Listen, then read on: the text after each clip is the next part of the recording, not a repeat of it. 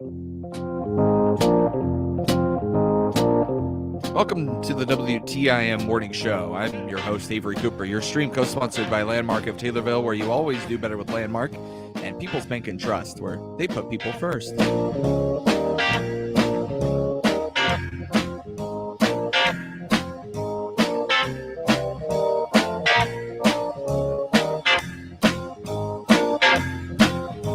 I'm here in studio with Master Gardeners Tim Vaughn and Gwen Podesky. Welcome to the program, everyone. It's good to have you here. So, it is spring, kind of.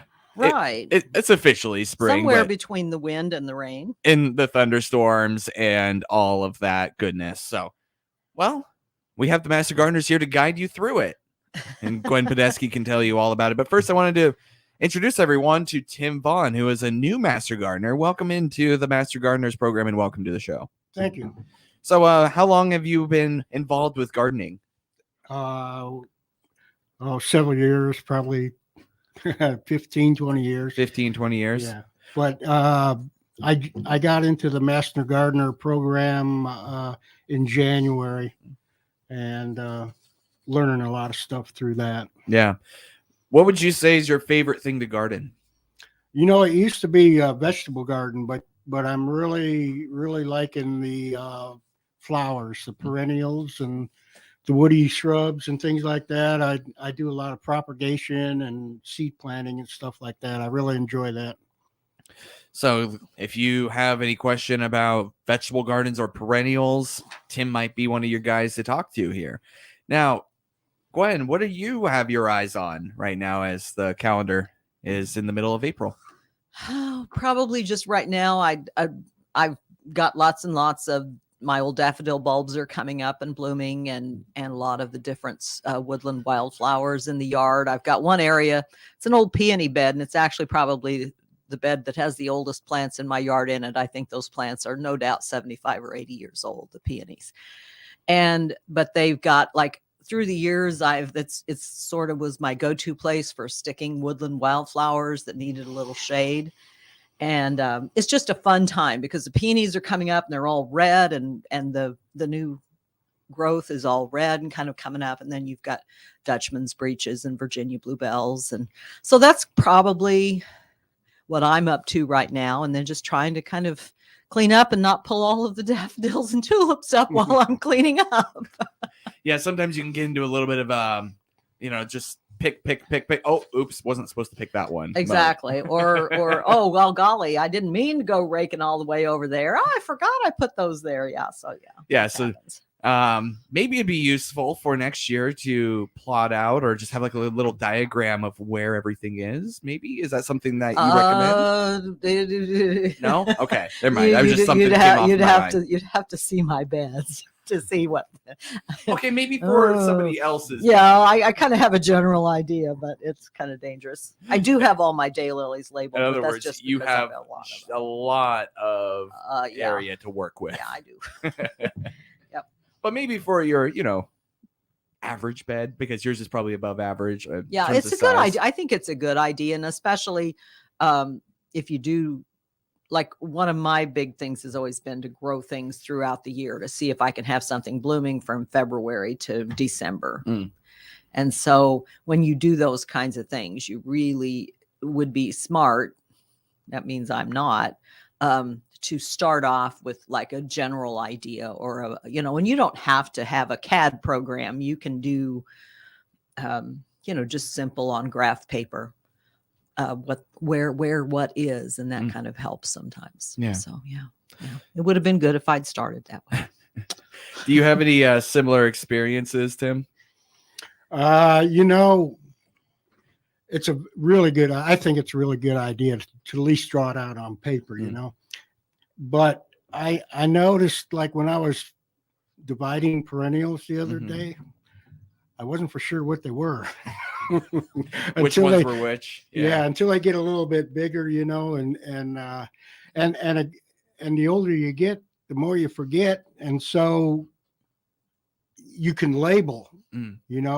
Like if you had a clay pot or something that was no good, you could bust it up and write what it is. Like last fall, you could write down what it was, Yeah, put a paint pen label or in there. something. It'd be a Mm. great idea. Mhm. So yeah, Yeah. So I mean, and like I said, anything like that kind of helps you out a little bit Yeah. will make some difference. Yeah. And then you've got, I mean, I've got big time plant stakes with I use a brother label maker and things to do like the daylilies with, but there are all kinds of labeling methods, and a simple thing to do. If like say for instance, you've got some tulips and you know that this next year you want to dig them up and move them, to get some colored golf tees, There you stick go. them down in there and kind of help you kind of, be a little bit of a mnemonic device. Right. This color is this tea and Mhm. etc. Yeah, match them up. Mhm. That's a good idea. Mhm. So as the calendar kind of moves into May and hopefully we get some sun and everything, what will you be setting your eyes on then? Uh, personally, probably just trying to make sure that I don't buy too much. But there are a lot of things coming up in May that we're actually going to be doing a plant sale on May 14th. It's a Saturday, and we will start at 9 a.m. and we will sell until we sell out, which is usually about 10:30. So if people want to come, it's at the extension office in the parking lot, unless it's storming, and then we'll try to take it into the auditorium. But we sell until we're sold out. And as part of that, we will also have a program on pollinators of the home garden. And I'm going to be doing that program, I think. And then we've asked, and she has agreed to join us, Joyce Delenti of Morrisonville, who is a local beekeeper. Oh, She has cool. hives of honeybees. You can usually find her up the farmer's market throughout the summer, selling her honey and beeswax candles and other things. But she's going to bring her observation hives. So I think this might be a time to bring your kids out, or just come out yourself if you've always been curious about, how they move around in those hives, and where the queen is and maybe what the queen looks like. She usually is able to kind of do that with this observation hive. So I think people will really enjoy that. With the interest in pollinators and things, I think people will enjoy that. Have you worked with her before? I have not, but I've visited with her Okay. quite a bit. As far as, the farmer's market, I'm usually one of her customers and just kind of there. Joyce is, I've known her actually for a long, long time. Didn't realize it was the same person, but you know how that goes. Mm-hmm. So anyway, but I think I think this will be fun. And as I said, the other program will be just kind of pollinators, and people, we always think of monarch butterflies and honeybees, but we don't realize that the other pollinators that are around can be important too. The solitary pollinators, the kind of the Hoover flies and some other insects that we might think of as pests, but really they're helping us eat our vegetables and So fruits. flies can be useful. Certain ones can be. Well, I think all flies can be. Right. Think about how much garbage would be left if the flies weren't out there eating True. it. That's true. That's one way to think about it, and kind of accept the guys. Mosquitoes, I don't have any use for them. You mentioned the farmer's market too. You guys will be out there when the farmer's market comes around? Yes, we will be. We will have a tent a couple of times a week. I haven't got with Mike yet to see what we haven't got with him yet to see what the dates are, but it will be a couple of times a month. And then we've also, we're going to be working the help desk again this year. It's going to be starting May 5th. So before we're in here again, there will be the help desk operational on Thursdays from 9 o'clock to 11 a.m. It's at 1120 North Webster. You can call 287-7246 and or email.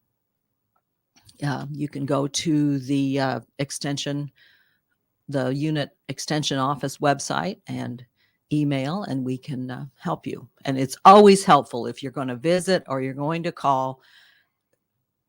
Samples are always helpful. So if you've got leaves curling up on your tomatoes, bring those in.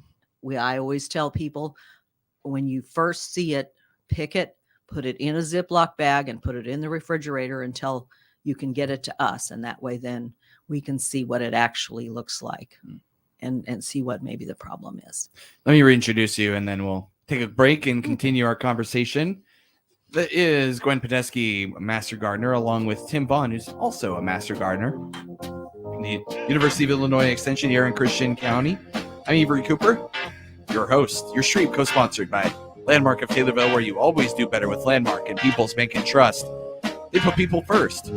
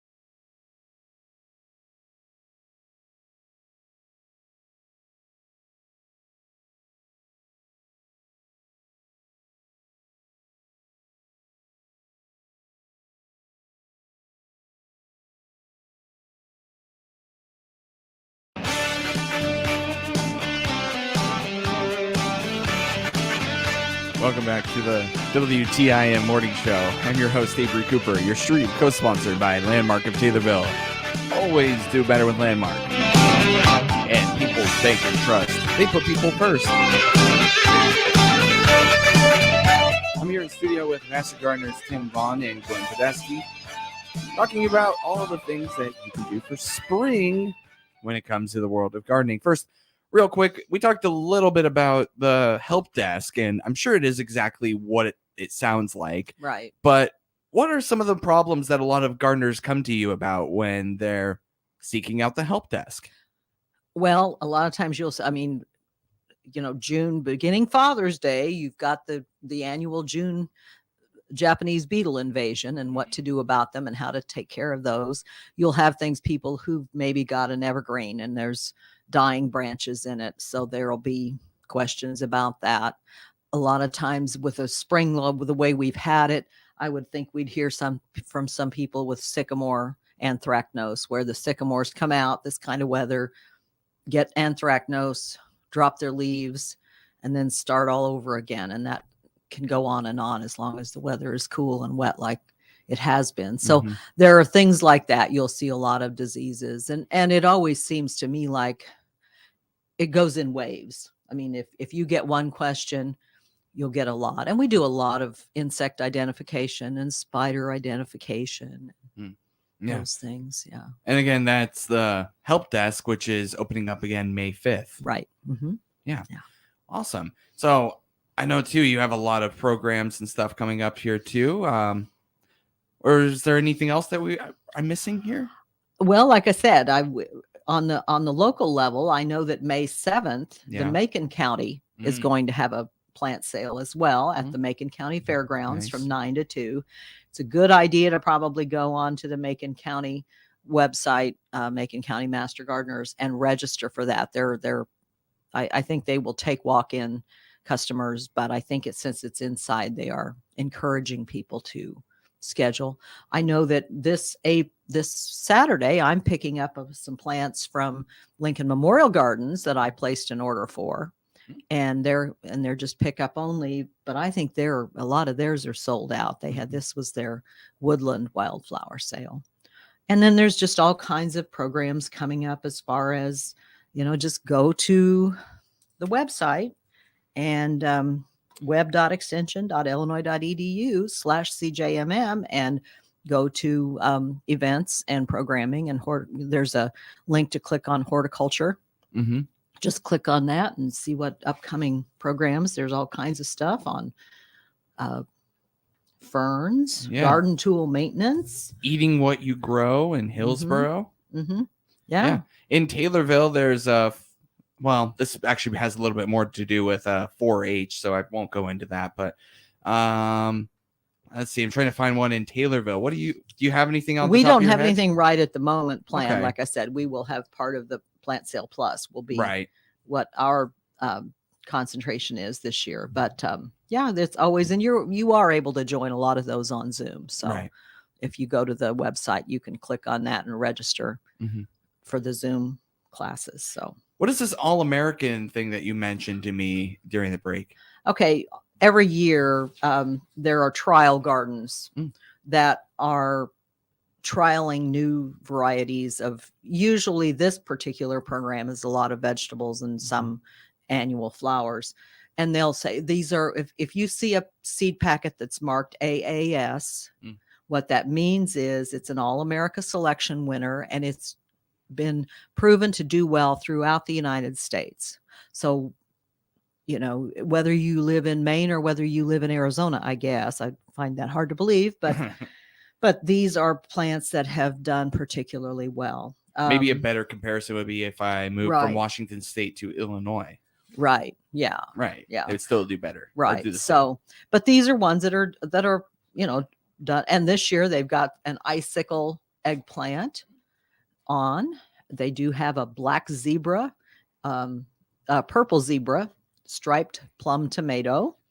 Buffy is a Tabasco type pepper that's on there. The Century Star watermelon has red fleshed seedless melons that weigh up to 10 pounds. And the vine does get 10 feet or more in length, so be prepared for that. There is a bee's knees petunia, which is yellow. It's kind of uncommon. Usually if you get yellow petunias, in my estimation, they usually fade out and become almost white or cream colored. So this one is supposed to be well. There's a oak leaf lettuce called Bower. So all kinds of things. And these are things, look for. And the nice thing is once that plant is named for a year, it will always carry that designation. So always when you buy the seeds or the starts, you should be able to tell that. One more time here, Gwen, we got to go in just a second. When is the plant sale again? It is Saturday, May 14th. Okay. At the extension office, Awesome. 9 a.m. until sold out. Until it's all gone. All gone, and it goes fast. Right.